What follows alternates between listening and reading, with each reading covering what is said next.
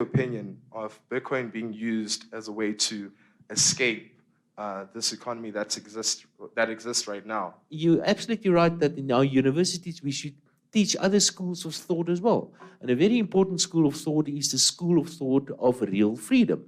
And I've got a suspicion this new technology will really put the power in the hands of the individuals and allow us to experience that real freedom, and not to enslave us the way that politicians have been enslaving us for the last couple of hundred of years. This is a real freedom. But not only is it a real freedom, it's very, very dangerous. And with that goes a huge responsibility as well.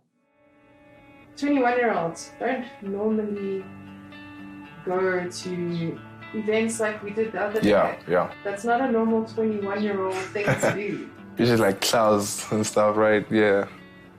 First time I heard about Bitcoin was from a movie called Dope.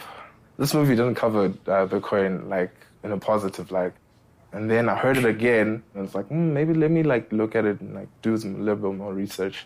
And that's where I fell down the rabbit hole, as the saying says. My economics teacher was heavily into gold. So he was explaining central banking, right, and fractional reserve banking. And inside I was like, whoa, like this seems a little bit shady. He explained that we actually don't need the system. In a normal economy, things are supposed to get cheaper over time, not expensive over time. And the common thing that I'm hearing on the news or YouTube is that, no, we need inflation so that there's economic growth. I did a little bit more digging in, and then that's when I found like Mises. They follow the Austrian school of economics, right?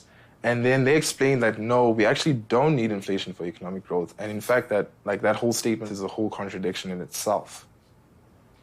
When you define economic growth, it's the increase in production, right? And the increase in production causes prices to decrease. An example of this would be like technology. When the first phone came out, it was like quite expensive, and then eventually there was a lot of people contributing to different designs, basically providing alternatives to smartphones, and then the prices of smartphones decreased over time. That also could apply to the economy as a whole. And now I know that this person, what he's saying on TV, it's like utter nonsense. And then like, what can I do about it? It's like, buy Bitcoin, bro. Using this greedy algorithm, I can make a lot of money. And actually, the only way you could have won that game was to not play it. The problem is, when you have money on the table, human beings start acting in a very curious way.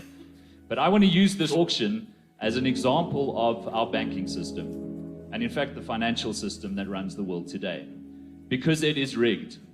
There are rules that have been put in place that mean that you will lose every time you play. And somebody will make a lot of money because they control the algorithm that ensures that you lose. Our current banking systems, while they're useful for